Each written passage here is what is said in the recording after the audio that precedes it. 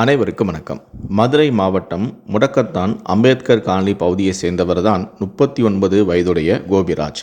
இவருக்கும் அதே பகுதியை சேர்ந்த 29 வயதான காயத்ரி என்பவருக்கும் கடந்த சில வருடங்களுக்கு முன்பு திருமணம் நடைபெற்ற நிலையில் தற்போது இந்த தம்பதிகளுக்கு 10 வயதில் யுவஸ்ரீ மற்றும் 5 வயதில் கனிஷ்கா என 2 பெண் குழந்தைகள் இருக்கிறார்கள்.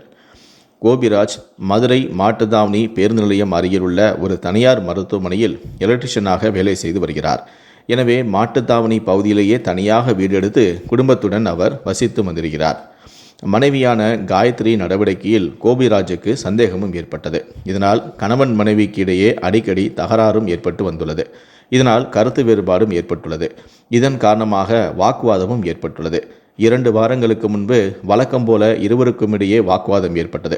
இதில் ஆத்திரமடைந்த காயத்ரி தன்னுடைய 2 பெண் குழந்தைகளையும் தன்னுடன் அழைத்து கொண்டு கணவரை பிரிந்து அவரது தாயார் வீட்டிற்கு சென்றதாக சொல்லப்படுகிறது.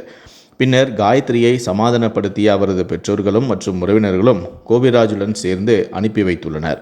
இதனைத் தொடர்ந்து கோபிராஜ் தனது மனைவி மற்றும் பிள்ளைகளுடன் குடும்பத்தோடு இருந்த நிலையில் நேற்று முன்தினமும் கடந்த 2 நாட்களுக்கு முன்பு மீண்டும் கணவன் மனைவிக்கு இடையே சண்டையும் ஏற்பட்டுள்ளது. அப்போது மீண்டும் மனைவியான காயத்ரி தனது தாயார் வீட்டிற்கு சென்று விட்டார். ஆனால் இந்த முறை குழந்தையை அழைத்து செல்லவில்லை. தந்தையுடனே இருக்கட்டும் என விட்டு சென்று விட்டார். இந்த நிலையில்தான் நேற்று முன்தினம் பள்ளி விடுமுறை என்பதால் கோபிராஜ் தனது 2 மகள்களுக்கும் சாப்பாடு வாங்கி கொடுத்திருக்கிறார். அவரும் வீட்டில் இருந்திருக்கிறார். மதியம் கோபிராஜ் குளிர்பானத்தில் தன்னுடைய மகளுக்கு தெரியாமலேயே அதில் விஷத்தை கலந்து குழந்தைகளுக்கு கொடுத்து விற்கிறார். அதை அறியாத குழந்தைகளும் சாப்பிட்டு கொஞ்ச நேரத்திலேயே மயங்கி விழுந்திருக்கிறார்கள்.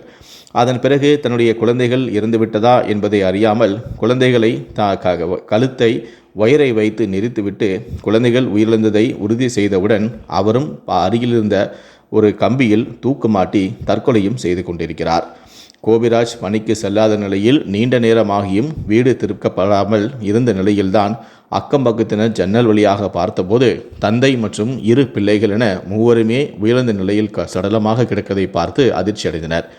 இதையடுத்து கூடல்புதூர் காவல்துறைக்கு தகவல் அளித்த நிலையில் சம்பவ இடத்திற்கு வந்த ஆய்வாளர்கள் உயிரிழந்த மூவரின் உடலையும் கைப்பற்றி பிரேத பரிசோதனைக்காக அரசு மருத்துவமனைக்கு அனுப்பி வைத்தனர். மேலும் இது குறித்து வழக்கு பதிவு செய்து விசாரணையை மேற்கொண்டு வருகிறார்கள். உயிரிழந்த 2 பெண் குழந்தைகளும் அதே பகுதியில் உள்ள அனைத்து வீடுகளுக்கும் சென்று நன்கு பழகி வந்தவர்கள் என்பதால் 2 குழந்தைகளும் இறந்த உடலை பார்த்து தெருவில் உள்ள அனைவருமே கண்ணீர் விட்டு அழுது வருகிறார்கள். மேலும் இதில் மூத்த பெண்ணுக்கு வரும் 30ஆம் தேதி பிறந்தநாள் என்பதால் அனைவரிடமும் தன்னுடைய அப்பா வரக்கூடிய பிறந்தநாளை சிறப்பாக கொண்டாடப் போகிறார் என மகிழ்ச்சியாக தெரிவித்து வந்து கொண்டிருந்தது. ஆனால் அந்த குழந்தையும் இறந்ததை பார்த்து அவர்களும் கதறி அழுதனர். கோபிராஜ் தற்கொலை செய்வதற்கு முன்பாக 2 பக்க கடிதத்தையும் எழுதி வைத்ததாக சொல்லப்படுகிறது. அவற்றையும் போலீசார் கைப்பற்றி தற்போது விசாரணை நடத்தி வருகிறார்கள். விசாரணை முடிந்த பிறகே தற்கொலைக்கான காரணம் தெரியவரும் என தெரிவித்துள்ளனர். மதுரையில் பிறந்தநாள் கொண்டாட இருந்த மகள் விஷம் கொடுத்து கொன்றுவிட்டு தந்தையும் தூக்கிட்டு தற்கொலை செய்து கொண்ட சம்பவமானது அந்த பகுதியில் பெரும் அதிர்ச்சியையும் சோகத்தையும் ஏற்படுத்தியுள்ளது.